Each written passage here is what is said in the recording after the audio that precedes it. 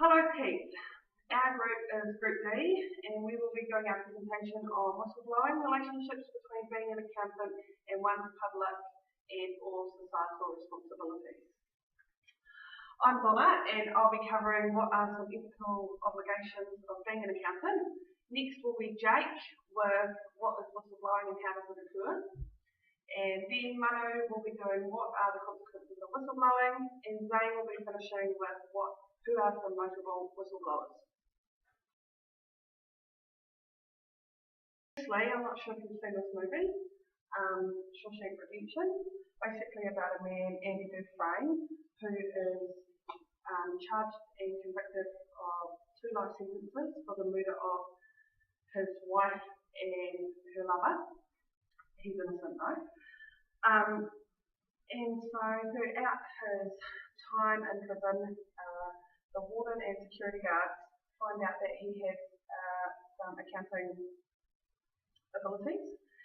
And so to start with, he does tax returns for all the guards in the prison, and the year after he actually does returns for the guards of another prison as well.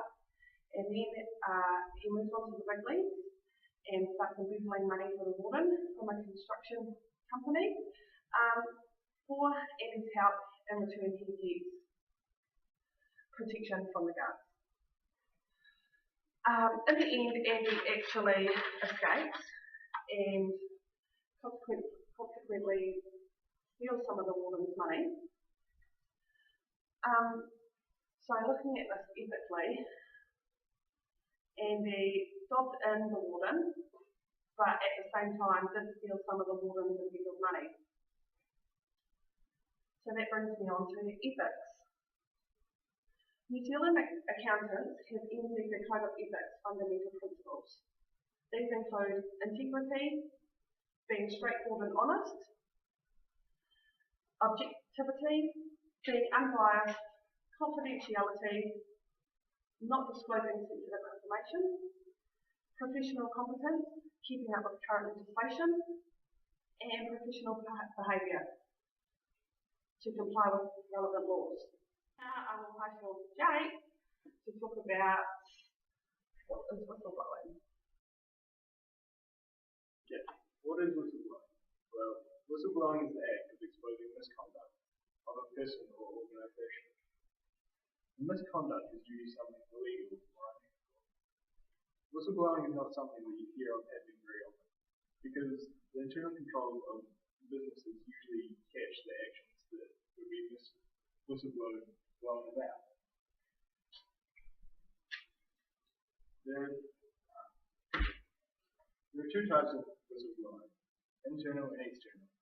Internal whistleblowing is where the person exposes some form of misconduct to someone who is in the organisation, usually a manager or the CEO or just someone with greater power in the organisation, that person. External whistleblowing is where the whistleblower tells someone outside the organisation, usually a regulatory body, law enforcement, or the media. Whistleblowers are usually either perceived positively or negatively. They're perceived positively when people think that they have been protecting an organisation from harmful activities and people associated with that organisation, like shareholders. And sometimes they're perceived negatively when people think they have betrayed them, other people in the organisation, or the organisation itself. I will now pass you on to Manu to talk about the consequences of whistleblowing. Before taking a decision in whistleblowing, a few things should be kept in mind. You make sure it's the only way out. Try to correct the problem by reporting it to your superiors. If that doesn't work, then blow the whistle. 2. Proper evidence. It is a must to have enough documentary evidence to support your allegation. 3. Valid motive. Don't do it out of frustration or personal grudges. There should be a clear motive. I'll be talking about some of the drawbacks in whistleblowing. You'll be labelled by others. Clients don't mind being described as whistleblowers. They're proud to stand up for their principles and their values, but they don't want to be known only as whistleblowers. That's a label that can hurt a career either within or outside a company being accused. Many prospective employers will value your integrity, but others may fear it. You may face retaliation. Clients have already experienced retaliation by their employer. Punishment may be as simple and brutal as getting fired for speaking out. It may be more subtle, like a change in job duties, reassignment to a distant office, exclusion from key meetings. Retaliating against a whistleblower is often illegal, but it happens anyway. In some cases, employers keep retaliating even after a whistleblower no longer works at the company. The important thing is to be prepared to react quickly, for retaliation laws often require a fast legal response. Your relationships will be tested. The company you've accused, people will take sides, and you may be devastated to find out that your colleagues, whom you regarded as your friends, are now against you. The lunchroom that was once your hangout may become cold and unwelcome. Everyone will have reasons, good or bad. What's relevant is the result. You may at times feel abandoned, and the same stress may seep into your personal life. Family members may feel like they're collateral damage in your battle, face the same mental and financial pressures as you, but without your level of control. And lastly, your lawsuit will take forever. Some whistleblower complaints take a long time to resolve. Not all, by any means, but far too many.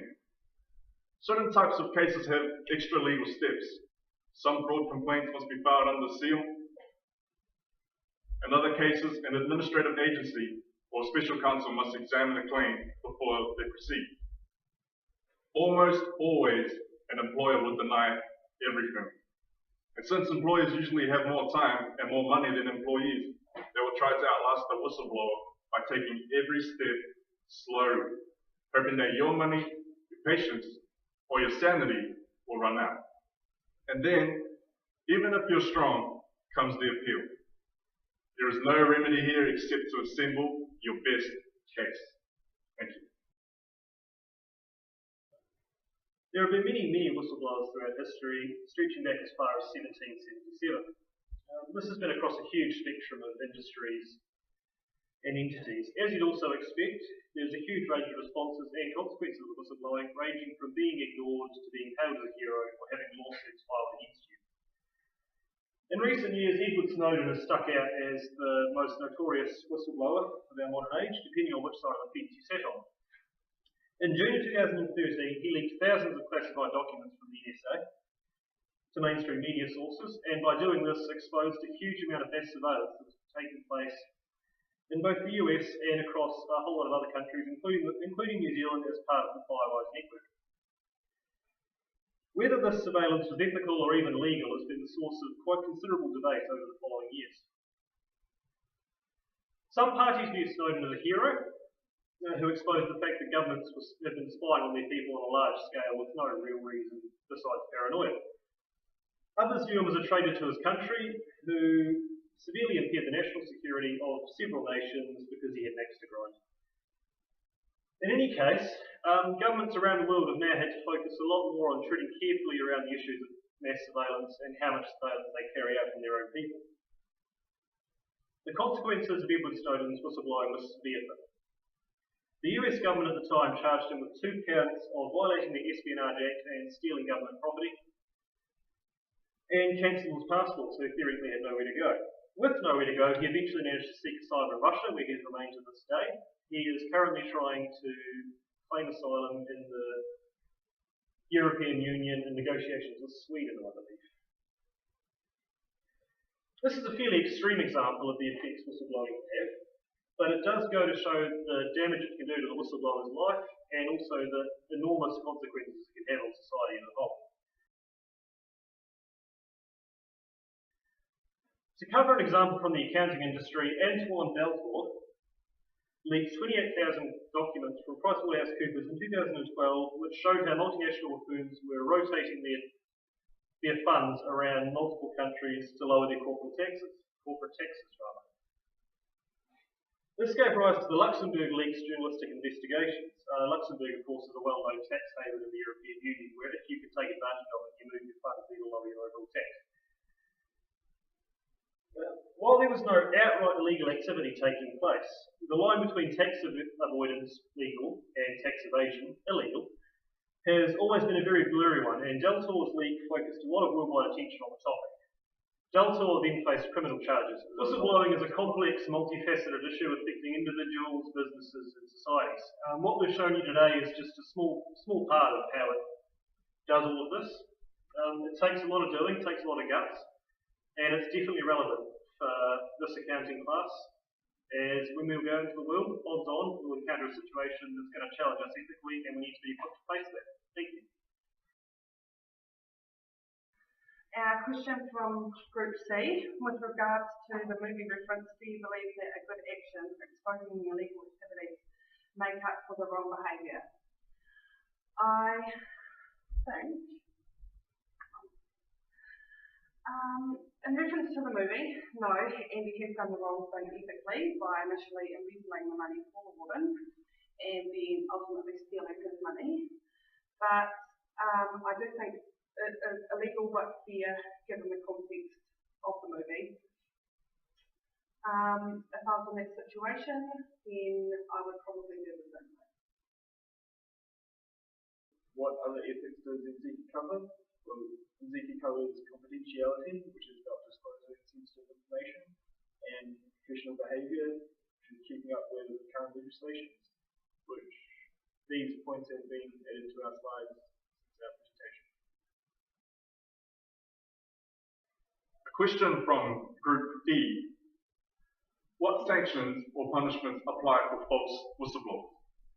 The penalties for if you are incorrect, you would probably be in less trouble.